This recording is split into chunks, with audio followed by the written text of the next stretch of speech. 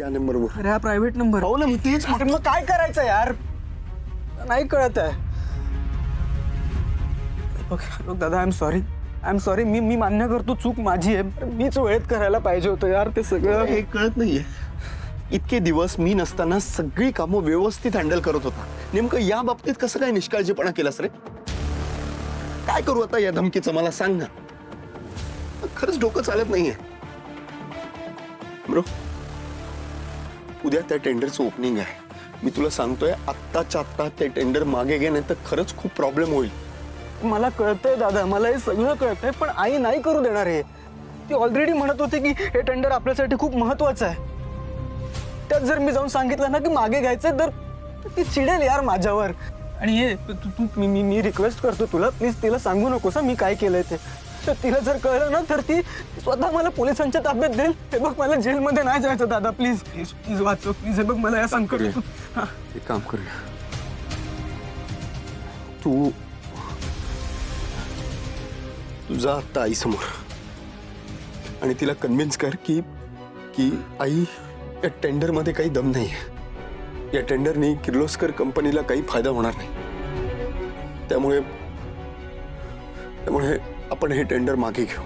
अरे दादा, पण कसं ती नाही तयार होणार या गोष्टी? तिच्यासाठी महत्वाचं आहे हे टेंडर. मग तुझ्याकडे दुसरा काही पर्याय आहे? मग मी सांगतो ते कर. जा आणि तिला कन्व्हिन्स कर. कळतंय तुला? मी ट्राय करतो.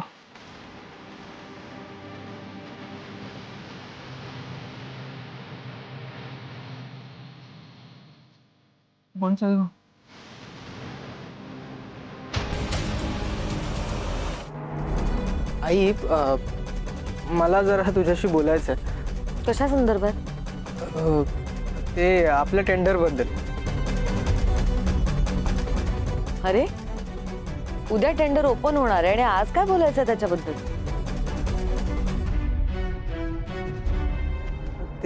तेच तुला जरा सांगायचं होतं की आपण आपलं टेंडर मागे घेऊया का?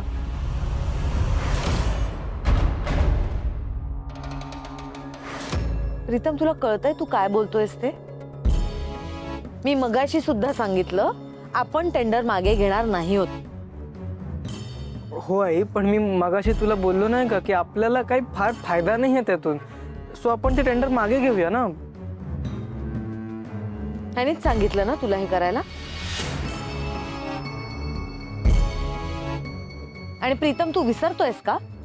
नफा किंवा नुकसान ह्या विचारांवर आपण आपली कंपनी चालवत नाही.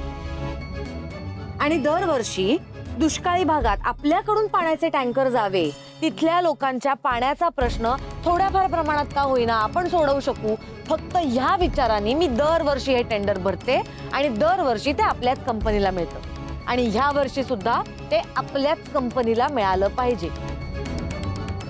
त्यामुळे तू हा विचार सुद्धा तुझ्या डोक्यातनं काढून टाक, कारण असं काही होणार नाहीये. एक मिनिट प्रीतम, असं अचानक काय झालंय तुला? म्हणजे हा निर्णय मागे घ्यायला का सांगतोस तू? अरे, उद्या टेंडर ओपन होणार आहे आणि आज तू टेंडर मागे घ्यायला सांगतोयस? नाही, हे योग्य नाहीये. ऐक, उद्या जे होईल ना ते उद्या होईल, बघूयात उद्या. आत्ता काही करायला नको त्याच्यावरती, आत्ता चर्चा नकोय. आबा, आणि तू ह्या सगळ्यापासून जरा लांबच राहा, कारण तुझा आमच्या कंपनीशी आता काही संबंध राहिलेला नाहीये. त्यामुळे मध्ये मध्ये लुडबुड करू नकोस. आणि आमची कंपनी कशी चालवायची हे आम्हाला चांगलं येतं, कळलं?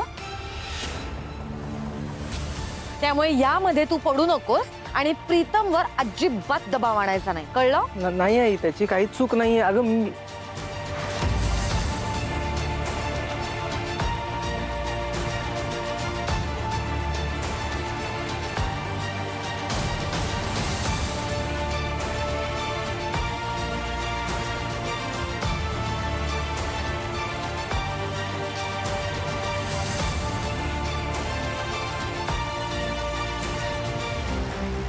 आई, काही झालं तरी हे टेंडर सोडणार नाही.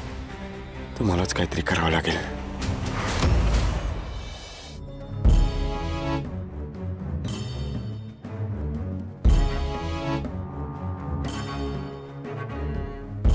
अहिल्या, श्रीकांत, मला ना ह्या मुलाचं काही कळतच नाहीये. असं का वागतोय हा?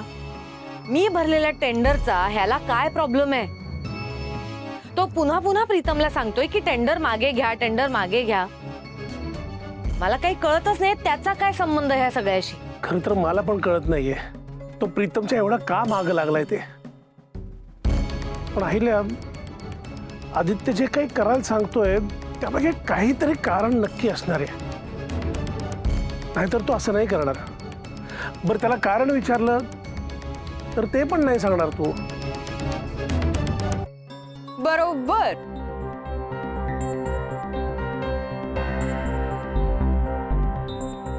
नाहीच सांगणार तो. पण मला माहितीये ना आदित्यच्या वागण्यामागचं कारण.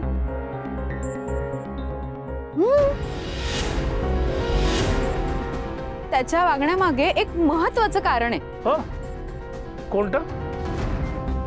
दादासाहेब, असं काय करताय? तुम्ही विसरलात का? आदित्य आता आपल्या म्हणजेच किर्लोस्कर ग्रुप ऑफ कंपनीज मध्ये काम नाही करत. तो एका वेगळ्या कंपनीत काम करतोय. मग त्याचा ह्या टेंडरशी काय संबंध? हा, वहिनी, त्याचाच तर मोठा संबंध आहे. जसं आपल्या कंपनीने टेंडर भरलंय तसं त्याच्याही कंपनीने टेंडर भरलं असणार ना. म्हणजे भरलंच आहे. बरं मग काय दादासाहेब, आदित्य आता ज्या कंपनीमध्ये काम करतो ना त्याच्या त्या कंपनीच्या बॉसनी त्याला सांगितलंय जर हे टेंडर त्याच्या कंपनीला मिळालं तर रातोरात त्याचं प्रमोशन करेन. मग कुणाला आवडणार नाही ना स्वतःचं प्रमोशन झालेलं. सो आदित्यचं प्रमोशन व्हावं म्हणून तो आपल्या बिचाऱ्या प्रीतमवर आपल्या कंपनीचं जे टेंडर आहे ना ते मागे घेण्यासाठी दबाव आणतोय. अहो दामिनी, उगाच काहीतरी बोलू नकोस. हे बघ, आदित्य प्रामाणिक आहे. तो असा स्वार्थी विचार अजिबात करणार नाही, कळलं ना? दादासाहेब, हे तुम्हाला वाटतंय हो, पण मी जे बोलतेय ना ते अगदी खरंय. हो वहिनी, मला सांगा, आतापर्यंत आपल्या म्हणजेच किर्लोस्कर ग्रुप ऑफ कंपनीज कडून टेंडर कोण भरत होतं? आपला आदित्यच ना. आणि ते टेंडर आपल्याला मिळत सुद्धा होतं. करेक्ट? मग आता हे सगळं आदित्य मुद्दाम करतोय का?